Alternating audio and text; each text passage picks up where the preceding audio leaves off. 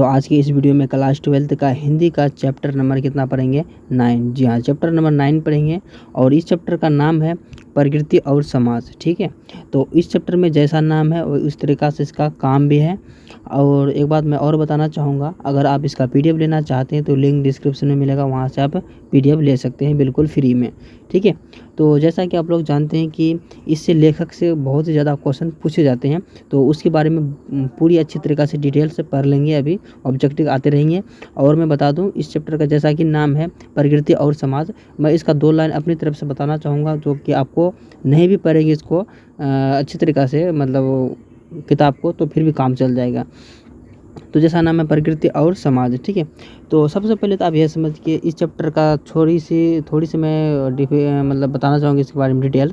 तो इस चैप्टर में बताया गया है कि जैसे कि कोई लेखक है, ठीक है, उस लेखक जो अपने बारे में जो एहसास होता है कि जैसे कि मुझे चोट लगा तो किस तरह से दर्द होते हैं, तो जैसे कि मुझे पैसा मिल गया, ठीक है, 5 लाख, वैसे तो कभी होगा नहीं और चाहिए भी नहीं, ठीक है, तो हो गया, तो हमें किस तरीक़ा से खुशी मिला, तो उस तरीक़ा को लिख देना ही क्या कहता है प्रकृति और समाज। इस चैप्टर में इसी के बारे में ही बताया गया है, ज़्यादा एडवांस कुछ भी नहीं है, बस यही बताया गया जो कि लेखक बताने का कोशिश किया है, जो अपने आप को एहसास कर सकते हैं, महसूस कर सकते हैं। ठीक है, तो उसी को ही प्रकृति समाज कहा जाता है। ठीक है, तो चलिए वीडियो स्टार्ट करते हैं। तो सबसे पहले बोला जा रहा है कि प्रकृति और समाज की यह पाठ किसके द्वारा लिखा गया है, तो जयप्रकाश या नमवर सिंह या फिर बालकृष्ण भट्ट या उदय प्रकाश। तो सब जानता है कि नमवर सिंह के द्वारा लिखा गया है, यानी ऑप्शन नंबर क्या हो जाएगा, बी बिल्कुल इसका सही आंसर हो जाएगा। ठीक है, अगर आपको क्वेश्चन है कि कितना नंबर का क्वेश्चन है, तो यहाँ क्वेश्चन नंबर PDF नंबर में होगा 1/21। ठीक है, तो इससे आप बता सकते हैं। ठीक है, चलिए आप दूसरा पेज आ गया, यानी दूसरा ऑब्जेक्टिव। बोला जा रहा है कि राम की शक्ति पूजा किसकी कविता है। राम की शक्ति पूजा किसकी कविता है, पंत या दिनकर या फिर महादेवी या वर्मा या फिर निराला। तो इसका आंसर क्या हो जाएगा, ऑप्शन नंबर डी हो जाएगा, निराला जी हो जाएगा। ठीक है, ऑप्शन नंबर क्या हो जाएगा, डी हो जाएगा, निराला। चलिए आगे पूछ रहा है क्या, कामिनी की कवि कौन थे। कामिनी की कवि कौन थे, तो कामिनी की कवि जो थे वो प्रसाद थे। कौन थे, प्रसाद, यानी ऑप्शन नंबर इसका बी हो जाएगा। ठीक है, चलिए आगे पूछ रहा है क्या, लिरिक।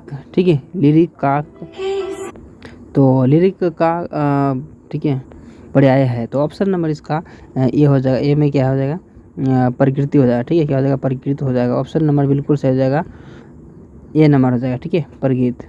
चलिए और आगे पूछा जा रहा है क्या, नामवर सिंह द्वारा लिखित प्रकृति और समाज क्या है। एक क्या है, तो ये जो है ना निबंध है। क्या है, एक निबंध है। पहले नंबर तो आप यह समझिए कि नामवर सिंह जो प्रकृति और समाज क्या है, एक निबंध है, यानी ऑप्शन नंबर बी हो जाएगा, निबंध। आगे पूछ रहा है कि नामवर सिंह को किस कृति पर साहित्य और अकादमी का पुरस्कार मिला था। ठीक है, तो इसका पुरस्कार कब मिला था, डेट पूछ रहा है, तो इसका डेट जो है 1971 में मिला था। कब, 1971 में, यानी ऑप्शन नंबर बिल्कुल सही जगह, एक नंबर बी नंबर हो जाएगा। ठीक है, चलिए आगे पूछ रहा है क्या, संघर्ष से स्वीकार है कविता के रचयिता कौन है। तो इस कविता का रचयिता कौन है, यानी लिखने वाला कौन है, तो इस कविता का लिखने का मुक्ति बोध। ऑप्शन नंबर क्या हो जाएगा, बी हो जाएगा, बी नंबर हो जाएगा, बिल्कुल सही हो जाएगा। ठीक है, बी नंबर। आगे पूछ रहा है कि मैं तुम लोग के दूर हूँ यह कविता किसकी है। यह कविता किसकी है, तो यह जो कविता है ना पंत की है। ठीक है, क्या बोला, मैं तुम लोगों से दूर हूँ यह कविता किसकी है, तो ये पंत है। ठीक है, ऑप्शन नंबर सी हो जाएगा। आगे पूछ रहा है क्या, बाज की धार में आदमी का खून लग चुका है, यह किसका कविता की पंक्ति है, तो ये जो है ना तय तो यही था। ऑप्शन नंबर क्या हो जाएगा, डी हो जाएगा, तय तो यही था, ऑप्शन नंबर डी हो जाएगा। आगे पूछ रहा है कि कौन सी पुस्तक नामवर सिंह की नहीं है। कौन सी पुस्तक नामवर सिंह की नहीं है, तो ये जो है ना जो नामवर सिंह की नहीं है, ऑप्शन नंबर सी हो जाएगा। चलिए आगे पूछ रहा है कि दूसरी परंपरा की खोज किसकी रचना है।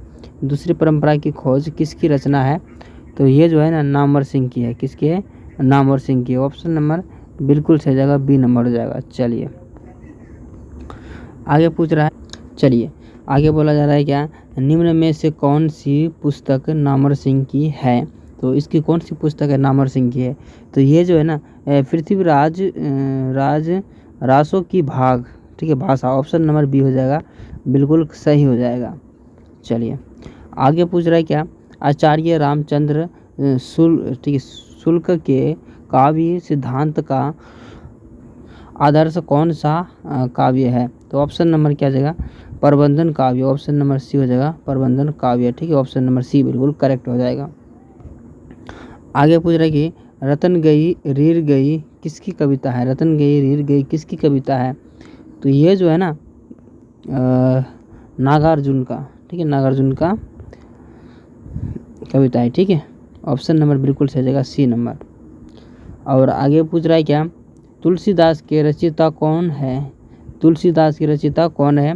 तो सूर्यकांत त्रिपाठी हो जाएगा, सूर्यकांत त्रिपाठी हो जाएगा, ठीक है। चलिए, दुनिया को हाथ की तरह गर्म और सुंदर होना चाहिए, यह किस कवि की कविता है। किस कवि की कविता है। तो इस कवि की कविता है ना केदारनाथ सिंह का है। किसका है, केदारनाथ सिंह का, ऑप्शन नंबर ए हो जाएगा, केदारनाथ सिंह का। नामवर सिंह ठीक है, MA व PhD करने के पश्चात किस विश्वविद्यालय से अध्यापक की है, मतलब कहाँ का अध्यापक रहा है, ठीक है, MA PhD करने के बाद। तो ये जो है ना काशी हिंदू कॉलेज में, काशी हिंदू विश्वविद्यालय में, ऑप्शन नंबर ए बिल्कुल सही हो जाएगा।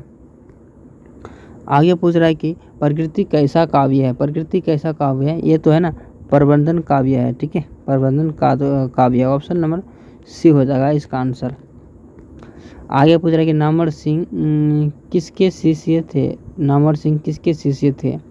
ऑप्शन नंबर क्या हो जाएगा, बी नंबर हो जाएगा, हजारी प्रसाद द्विवेदी की, हजारी प्रसाद द्विवेदी की, ऑप्शन नंबर बिल्कुल सही हो जाएगा, बी नंबर, ठीक है, बिल्कुल नंबर बी नंबर हो जाएगा। नामवर सिंह का जन्म कब हुआ था। नामवर सिंह का जन्म कब हुआ था, ठीक है, नामवर सिंह का जन्म कब हुआ था। तो इसका जन्म हुआ था 28 जुलाई 1926 को। कब हुआ था, 28 जुलाई 1926 को, ऑप्शन नंबर ए बिल्कुल सही हो जाएगा। लास्ट और आखिरी क्वेश्चन में पूछा जा रहा है कि नामवर सिंह का जन्म स्थल कहाँ है, यानी कि जगह का नाम पूछ रहा है, ठीक है। तो उसका जगह है ना कहाँ पर हुआ था, बनारस में हुआ था। कहाँ पर हुआ था वह जन्म, पैदा कहाँ पे हुआ था, बनारस में हुआ था, ठीक है। तो बताओ आप लोग कमेंट करके कि वीडियो आज का कैसा लगा, ठीक है, कुछ भी अच्छा या ख़राब कुछ भी लगा तो आप लोग कमेंट करके ज़रूर बता सकते हैं। आप लोग के लिए कमेंट सेक्शन खुला है, ठीक है। मिलते हैं नेक्स्ट वीडियो में, तब तक के लिए बाय।